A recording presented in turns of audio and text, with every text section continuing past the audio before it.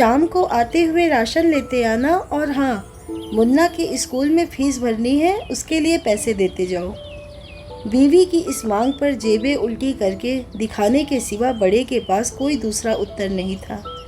माथे पर चिंता की शिकनों के साथ सवेरे तो बड़ा भाई अपने काम पर निकल गया, लेकिन उस शाम उसने पूरे परिवार के सामने इस आर्थिक संकट को दूर करने के लिए एक प्रस्ताव रखा। क्यों ना हम उस प्लॉट को बेच दें जिसे बाबूजी ने लक्ष्मी को शादी में देने के लिए खरीदा था। बेटी को दी हुई चीज़ वापस नहीं मांगते, पाप लगता है। लक्ष्मी का जन्म होते ही घर खुशियों से भर गया था, तभी तुम्हारे पिता ने ये तय कर लिया था कि ये प्लॉट लक्ष्मी का है, जो उसे उसकी शादी में दे दिया जाएगा। माँ ने अपना विरोध जताते हुए कहा। कौन सी बेटी? वो बेटी जो प्रेम विवाह कर घर की इज्जत को खाक में मिला गई और पिताजी की अंतिम यात्रा में भी ना शामिल हुई। बड़े ने टॉन्ट मारते हुए कहा। मेरा मुंह मत खुलवा। यहाँ कौन नहीं जानता कि लक्ष्मी को उस दिन गली के नाके से ही लौटा दिया गया था और उससे अपने पिता से आखिरी बार मिलने का हक भी छीन लिया गया था। माँ ने बेटी का पक्ष लेते हुए कहा। माँ के इस वार से दोनों बेटे चुप हो गए। ना बड़ा बेटा कुछ बोल पाया, ना छोटे बेटे के मुंह से कोई शब्द फूटा। थोड़ी देर की शांति के बाद छोटा भाई बोला, प्लॉट बेच तो देंगे, पर क्या लक्ष्मी कागजात पर दस्तखत करेगी? मुझे नहीं लगता वो हमारा भला सोच भी सकती है। काफ़ी वाद विवाद और सोच विचार के बाद सब इस बात पर सहमत हुए और पड़ोस के मोहल्ले की लक्ष्मी की दोस्त को बोलकर लक्ष्मी को घर आने का न्योता दे दिया गया। अगले दिन सुबह से गली के नाके पर खेल रहे बड़े भाई के लड़के की बुआ आ गई की आवाज़ सुन घर वाले चौकन्ने हो गए।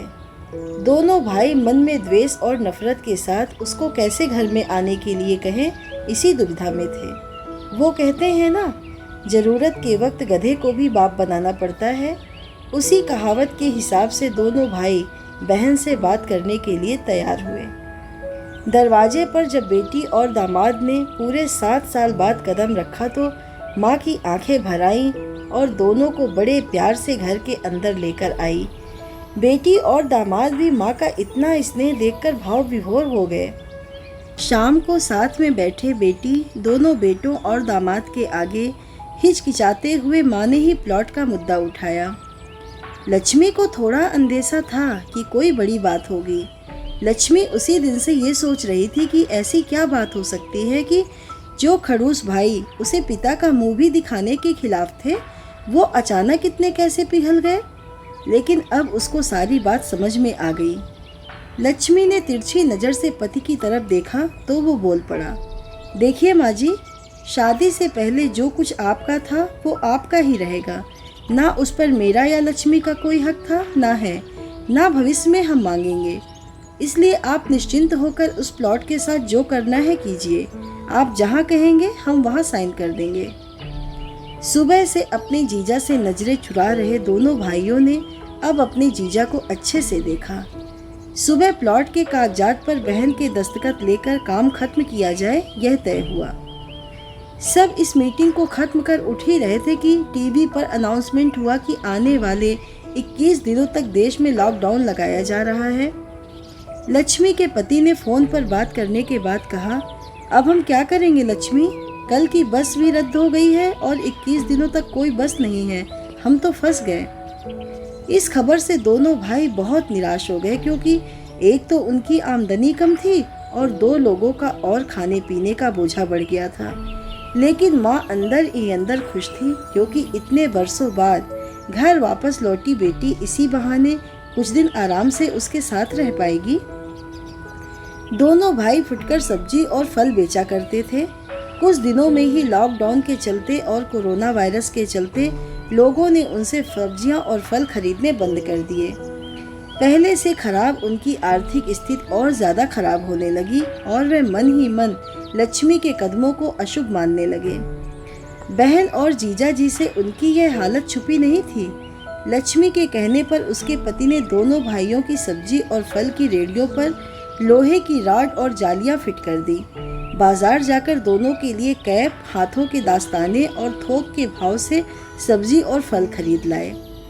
दोनों की रेड़ियां अच्छे से तैयार कर फल और सब्जियां ढक कर दोनों भाइयों को टोपी और दास्तानें देकर जीजा जी ने उनसे कहा, एक बार इस तरह से धंधा करके देखो, शायद आपका मुनाफा बढ़ जाए।